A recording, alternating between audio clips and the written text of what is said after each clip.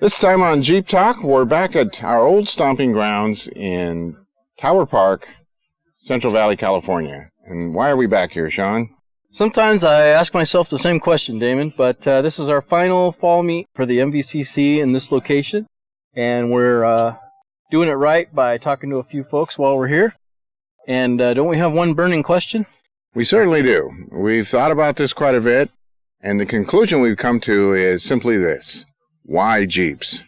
Now, what does that mean? Well, it's, I don't know what it means. Well, we think it means something that we can ask some Jeep folks that we run into around here.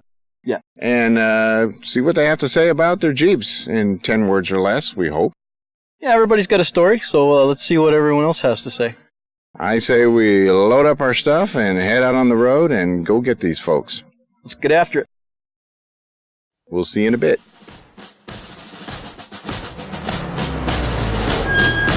This is Jeep Talk.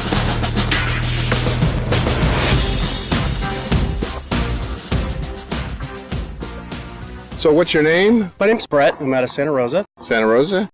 So I have a question for you. Sure. Why Jeeps? I've always wanted a flat fender. As a child, I always said I'll get one eventually. As an adult, I decided I need the real toy. And I bought a Jeep, and then here I am 3 Jeeps later. And, it's a kind of a passion. You get a lot of guys out here that are commodity. Everybody hangs out together. Everybody talks to each other, and you come from all different walks of life. And you do the work yourself? I do. I've rebuilt 3 Jeeps, one of which was a mutt, and it's all on the other side of town, or other side of this country now. And I just got done with a 43 that's going to go for sale here pretty soon. Very good. Thanks so much. Thanks. Appreciate it. So, what's your name, where you're from, and why a Jeep? My name's Bob Carter, and I am from Railroad Flat, California, and I've been into Jeeps since I was 8 years old. I had a dealership across the street from my aunt's house, and I used to go sit in them as a kid, and when I got out of the Navy and could finally get one, I did, and it's been going ever since. How many have you had over the years? 4 Jeeps, counting the new one. And Oh, this is new?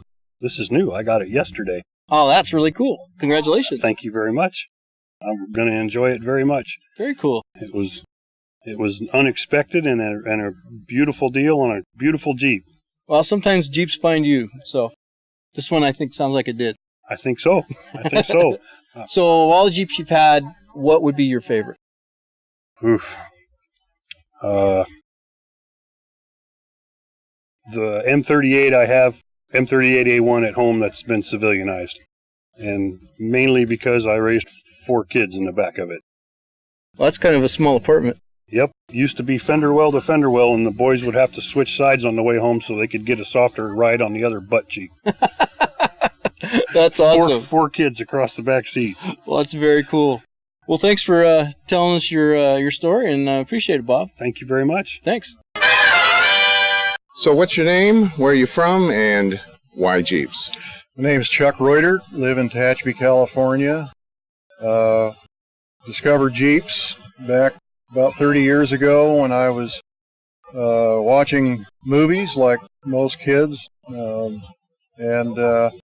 fell in love with the idea of restoring one for myself. Put some feelers out. A friend found one for me in Wood Lake, California, a little 42 Willie slat grill, and took that home, and that was my first project. Since then, I've restored 7 Jeeps ground up. This is the 7th one here, the 42 Ford GPW. A couple Jeeps that I've restored in the past that actually had some history to them. One was a Navy Jeep, a 1944 Willys. It served aboard the USS Prairie, a destroyer tender.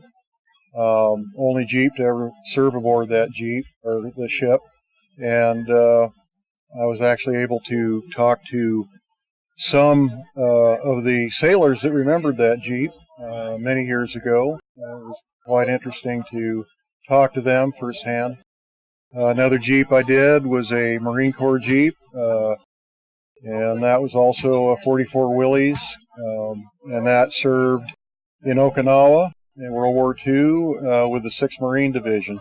And it actually had some battle damage on it. It came back with a kernel after the war, and I actually had to restore that one carefully around the battle damage. So that was the more interesting Jeep that I did. Well, we certainly thank you for giving us a minute to tell us about your Jeep history, and we'll see you around. Thank you very much. Mm-hmm. Hey, you by the Jeep. Yeah, What's your name? my name is Damon Viola. Where are you from? I am from Virginia City, Nevada. And why Jeeps?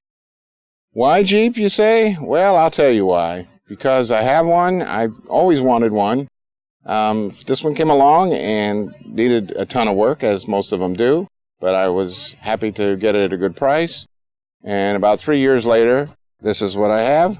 I'm thrilled. I enjoy bringing it to these events and showing it off and looking at other people's Jeeps and everything else here. So it's a win-win for me.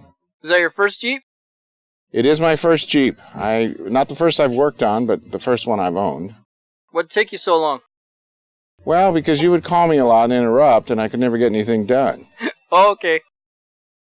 Thanks, Damon. Well, you're welcome. Now, go bother somebody else. So what's your name? Where are you from? Jim Adams, Hollister, California. And question for you is, why Jeeps? I have no idea why Jeeps. Jeep became part of me because my first military vehicle was an M37. And that was a big truck for me. And I said I wanted something smaller I see. to redo. So this is my third one. So is this your only military vehicle you own? The only one I have now, yes. Okay. And it's your most favorite? This is a keeper right here. Okay. And what are we looking at here? It's a 1943 GPW Ford. Okay. Well, we're glad to have it here, and we thank you for taking a minute just to give us some basic info. Is there anything else you'd like to add? Not really, but they're a lot of fun. They are indeed. I know. I have one too. You do? I do. What year's yours? 43? You're kidding me. This is No. a 43. Well, so is mine. Really? What month? I want to say June. Mine was June. No. Yes, what day? Do you know? I'm talking 3-0, June 30. 28th. I win. Damn. Thank you, Jim. You got it. Bye. Bye, Sean. Well, as sad as it is, this brings us to the end of another Jeep Talk episode. This is true. We had a great few days here, and we got here on Wednesday, and now Saturday. Tomorrow's a pull-out day, so not much there except pain and suffering of loading and unloading. But that's all part of the game. But we didn't want to get too involved this time, but we did get, as you saw, a few little clips of some folks and a few words from them about their Jeeps. And big things are coming up next year. Why don't you say a word about that? Well, the next year the club is moving their big spring meet, and that's going to be to a whole new venue we've never been before. We're really excited about it. It sounds like it's going to be amazing. Yeah. Some people that came here took a little side trip up there and were quite pleased at what they saw. So we're kind of excited. Best news for us is that we are going to cut our travel time in half. Yeah, at least. So that's always good. Yeah, and hopefully we'll have Damon's house done a little more and my shop finished a little more, and then we'll have more time to shoot some episodes. Yeah, we try to get it all done and, fit in so we can not leave you guys wondering what happened to us. But, it's just been a crazy year. But next year we hope will be a little better, and we'll keep sending stuff your way, and hopefully you'll still not hate us or something, right? Well, they might hate us anyway. Well, okay, you can hate us, but still watch our stuff, though. Yeah, that's important. All right, well, anyway, thanks for watching. This is Jeep Talk, and We'll see you down the road.